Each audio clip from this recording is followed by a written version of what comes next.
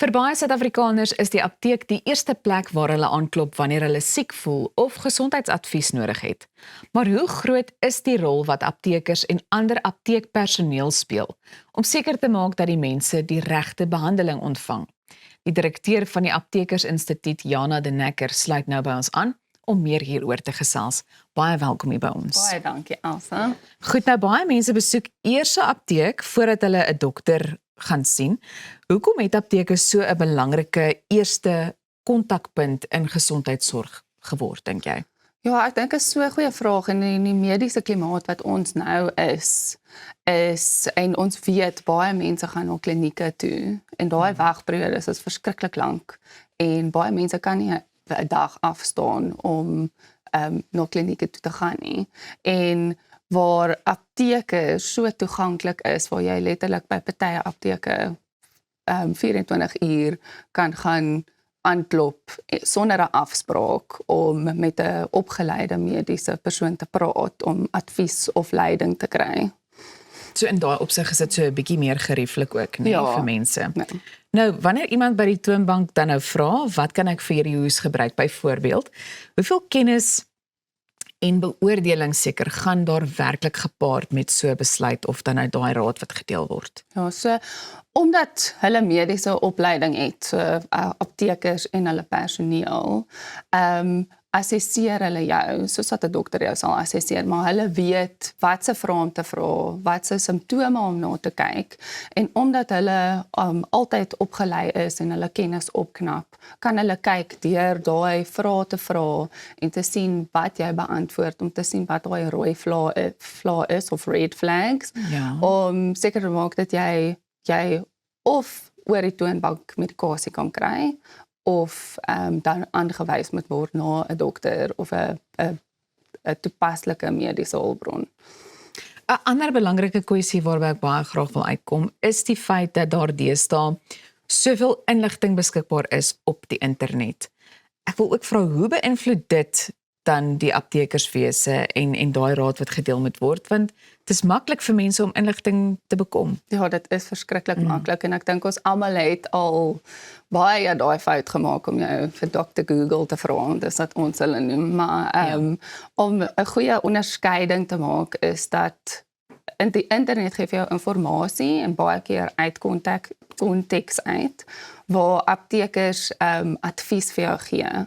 En met hulle opleiding en aaneenlopende opleiding is dit weet hulle wat se advies om te gee en hulle assesseer jou as persoon gebaseer op jou simptome, jou agtergrond, wat se medikasie jy op is, om vir jou die regte aanbevelings te maak en die beste gesondheidsorg te gee. Ja, so daai interaksie is nogal belangrik, want ek dink baie mense is bekommerd ook in vandag se tyd wanneer jy mens kyk na hierdie robotte wat deesdae mense analiseer en dan nou wil, jy weet, vir hulle medikasie en so wil voorskryf. Maar goed, hoe weet 'n apteker wanneer iemand, jy weet, veilig self behandel kan word en wanneer dit miskien tyd is om eerder na 'n dokter verwys te word? Ja, so daai rooi vlae wat hulle opgelei is om in te sien, is verskriklik belangrik en dit hang af van persoon tot persoon, van simptooms tot 'n simptoom en dit is omdat hulle so opgelei is en heeltyd opgelei word om te kyk na die verskillende simptome van die persoon, maar ook die nuutste navorsing, die nuutste medisyne op die mark en ook die nuutste gesondheidsriglyne. Nou, so gepraat daarvan, medikasie en behandeling verander voortdurend. So hoe belangrik is dit vir aptekers om op datum te bly met die jongste beskikbare inligting?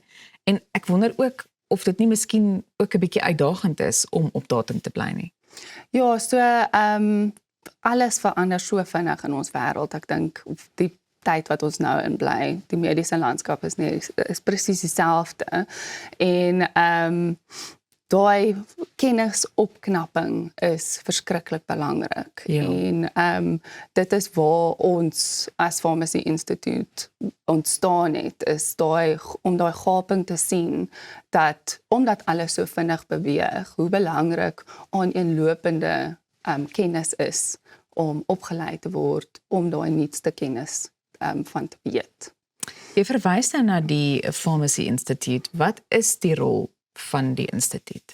So ons is 'n onafhanklike opleidingsinstituut en dit het uit 'n passie bestaan van ons span waar ons 'n gaping gesien het vir aaneenlopende opleiding spesifiek in die aptekers en apteekpersoneel omgewing sodat ons daai informasie toeganklik kan maak vir enige apteker personeel en wat hulle die kennis kan kry om opleiding te kry oor die nuutste medikasie en soos ek gesê het, ek weet ek herhaal myself, maar nuutste kennis, nuutste medikasie en gesondheidsriglyne.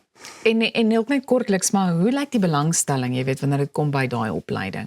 Ja, so ons het tans meer as 13.200 members of mense, aptekers en apteekpersoneel op die platform. En ja, dit is indrukwekkend om te sien hoe waardevol hulle dit vind. Nou, watter raad het jy miskien vir mense om die meeste uit 'n besoek aan die apteek te kry en ook seker te maak dat hulle die regte raad ontvang?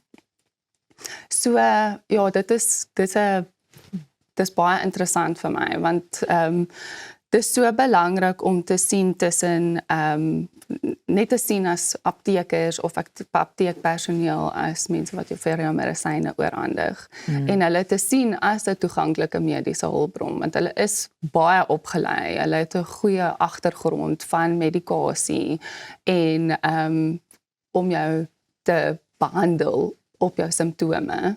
So ja, daai agtergrond is verskriklik belangrik en hulle weet wat nou aangaan in die mediese landskap en om jou te help of dit nou is oor jou medikasie, wat in jou medikasie is, hoekom hierdie medikasie beter is as byvoorbeeld 'n ander een en hoe dit vir jou toepaslik is as met al jou ons almal is individue en anders en met 'n ander mediese agtergrond, so hoe belangrik dit is vir jou as persoon. Natuurlik. Hoe sien jy die toekoms van aptekerswese in spesifiek Suid-Afrika en dalk wil jy selfs 'n bietjie uitbrei oor op internasionale vlak ook? Ja, ek dink dis interessant want alles loop so vinnig. Alles verander die hele tyd. En ek dink daai opleiding, kennisopknapping is so belangrik en veral in ons Suid-Afrika waar ons baie mense nie toegang het en daar altyd kostes verbonde is dit so 'n toeganklike bron van inligting en meer belangriker dink ek advies wat hulle vir jou kan gee gebaseer in mediese inligting. En ek dink dit is nogal iets wat mense moet verstaan oor die algemeen nê, want ek dink dis presies dit. Ons het nou verwys na die feit dat tegnologie in vandag se tyd so 'n belangrike rol speel en almal spot oor die sogenaamde Dr. Google, maar jy sal as ek reg verstaan mense werklik aanbeveel om dan eerder eers apteek toe te gaan en daar met iemand te kan gesels want ek meen dikwels en dit is so weet ek dink baie keer is daar simptome en 'n mens kan min of meer aflei. Hierdie is griepsimptome. So die meeste van die tyd kan dit op so 'n manier opgelos word wanneer mense dan nou spesifiek fokus op iets soos die finansiële impak daarvan, jy weet, en dit nie kan bekostig om noodwendig na 'n dokter toe te gaan. Ja, definitief. Ja, en ek dink met die internet wat so maklik toeganklik is, praat jy met 'n robot meeste van die tyd. En ek dink daai geselskap en daai mens tot mens is net so belangrik om regtig 'n gemeenskap te hê in die gesondheidswêreld. Wat gesonder gemeenskappe of wat tot gesonder gemeenskappe kan lei. En ja, nie net 'n one-sided, skielik vir die Engels, maar one-sided robot antwoord te kry nie. Ek sien heeltemal saam met jou, want baie keer word daar vrae gevra en dit is op die einde van die dag hoe 'n mens by die werklike diagnose kan uitkom. Baie dankie vir jou tyd vanoggend en ons hou die vordering van die instituut ook met groot belangstelling dop. Baie dankie Elsa, dit was 'n voorreg. Goed, jy kan ingeskakel bly. Ons is net hierna terug met sport.